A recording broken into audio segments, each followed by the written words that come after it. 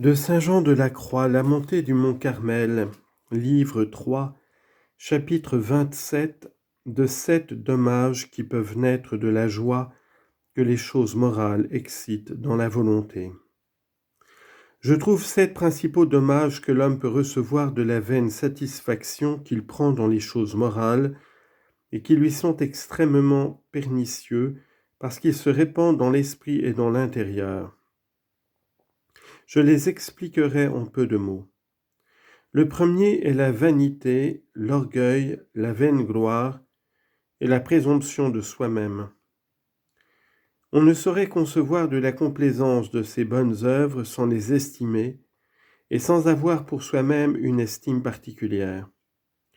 De là vient l'arrogance, comme il paraît dans le pharisien, qui priait dans le temple avec ostentation et qui se glorifiait de ses jeûnes et de ses aumônes. Le second a quelque connexion avec le premier. Un homme qui en est venu là regarde les autres comme des gens imparfaits et méchants en comparaison de lui. Il les méprise en son cœur. Il ne croit pas qu'il fasse aucune bonne œuvre. Il en parle même désavantageusement. Ce fut le malheur où tomba le pharisien qui priait de cette sorte. Je vous rends grâce, ô mon Dieu, de ce que je ne suis pas comme le reste des hommes, qui sont voleurs, injustes, adultères, ni tel aussi que ce publicain. Je jeûne 2 fois la semaine et je paie la dîme de tout ce que je possède. Luc chapitre 18, versets 11 et 12. Et de cette manière, un seul acte par lequel il s'estime soi-même et méprise les autres lui attire ces 2 dommages. Il s'en trouve aujourd'hui plusieurs qui l'imitent en disant qu'ils ne sont pas comme un tel, qu'ils ne commettent pas tel ou tel péché comme celui-ci ou celui-là. Ils sont même pires que le pharisien, car il eut bien à la vérité quelque mépris des autres et en particulier du publicain. Mais ceux-ci passent outre. Ils s'enflamment de colère et d'envie contre les autres lorsqu'on les loue ou qu'ils font de meilleures actions qu'eux. Le troisième dommage est que, ne regardant en leurs actions que la douceur, ils ne les entreprennent d'ordinaire que par l'espérance de la consolation et des louanges qu'ils en attendent. Ils font toutes leurs œuvres, dit Jésus-Christ, non pas pour plaire à Dieu seul, mais pour être vus des hommes. Matthieu chapitre 23, verset 5. La quatrième est une suite du troisième. Dieu ne récompensera pas ces gens-là du bien qu'ils font, parce que le seul plaisir, la seule gloire, le seul intérêt temporel est le terme de leurs prétentions. C'est pourquoi je vous le dis en vérité, ce sont les paroles de notre Sauveur, ils ont déjà reçu leur récompense. Matthieu chapitre 6, verset 2.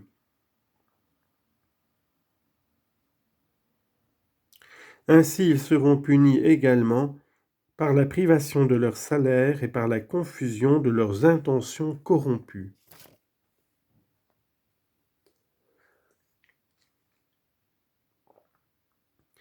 Leur misère est si grande en cet endroit que la plupart de leurs actions, dont le public est témoin, sont ou vicieuses ou de nul prix, ou du moins très imparfaites aux yeux de Dieu, par la raison qu'ils ne sont pas mis au-dessus de toutes ces vues humaines.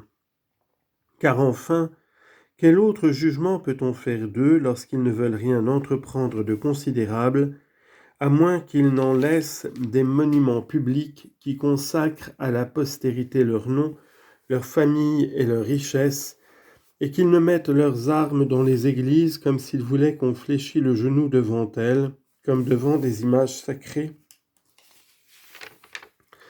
En vérité, on peut dire en quelque façon que quelques-uns d'eux semblent s'estimer plus que Dieu.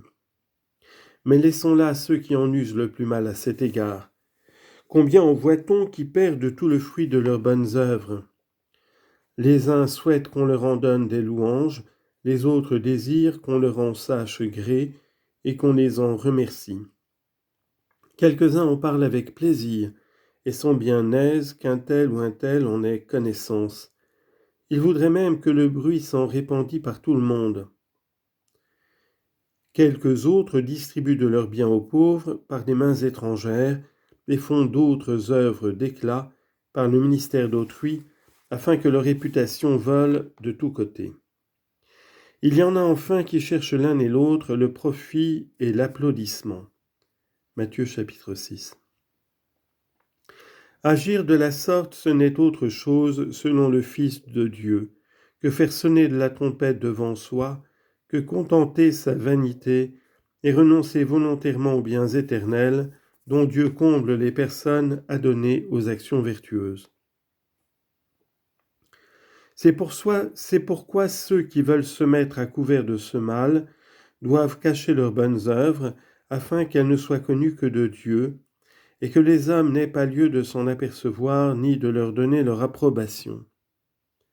Il faut même qu'ils s'en dérobent à eux-mêmes la connaissance, c'est-à-dire qu'ils n'en fassent pas plus d'estime et qu'ils n'y prennent pas plus de complaisance que s'ils les ignoraient, selon le sens spirituel de notre Seigneur, que votre main gauche ne sache pas ce que fait la droite.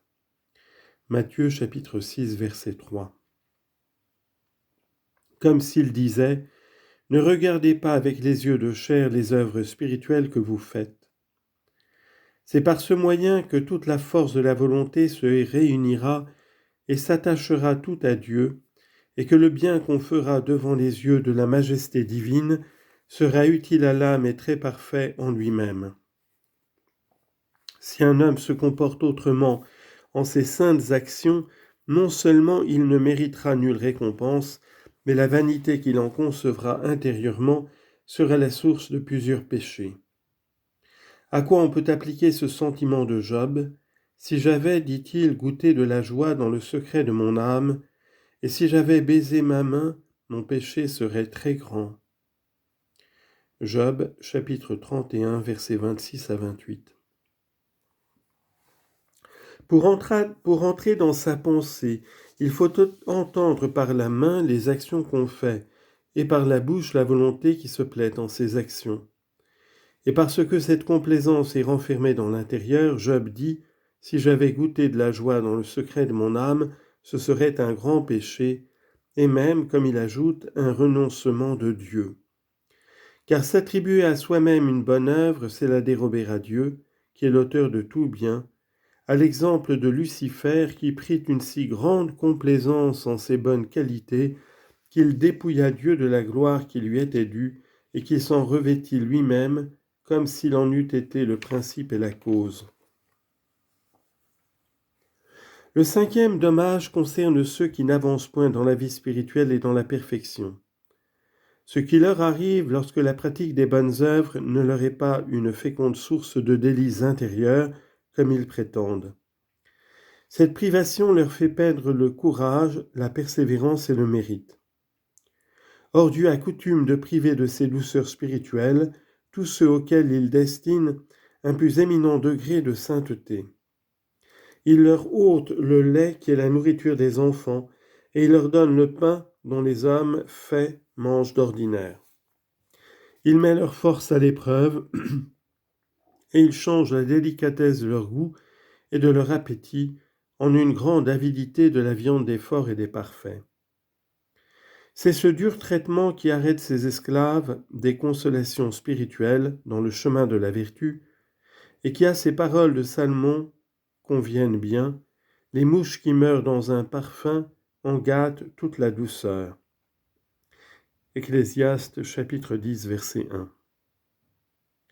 Car lorsque quelque mortification les surprend, ils meurent pour les bonnes œuvres, ils les abandonnent. Ils ne jouissent pas du plaisir dont la persévérance remplit l'âme des personnes constantes et courageuses.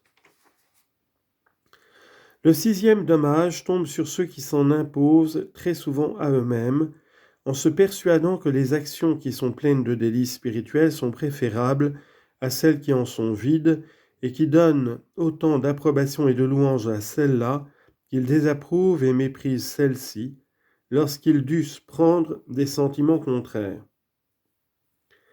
Les œuvres où l'homme mortifie davantage son amour-propre, lors principalement qu'il est éloigné du terme de la perfection, sont communément mieux reçues de Dieu et doivent paraître d'un plus grand mérite à celui qui les fait, à cause de l'abnégation de soi-même, que celles qui le flattent et le consolent beaucoup. Il peut facilement s'y rechercher et se proposer soi-même comme le dernier terme de ses opérations et de ses desseins. C'est à ce propos que le prophète Michée parle. Ils appellent bien, dit-il, le mal que leurs mains font. Michée, chapitre 7, verset 3.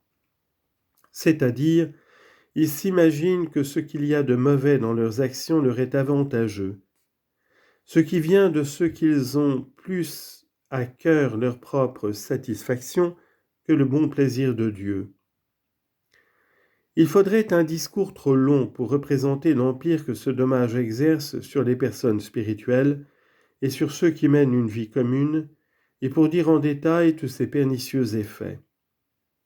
À peine se trouve-t-il un homme qui vaque aux actions saintes en vue de Dieu seul, et non par la recherche secrète des douceurs intérieures ou de quelque autre intérêt passager.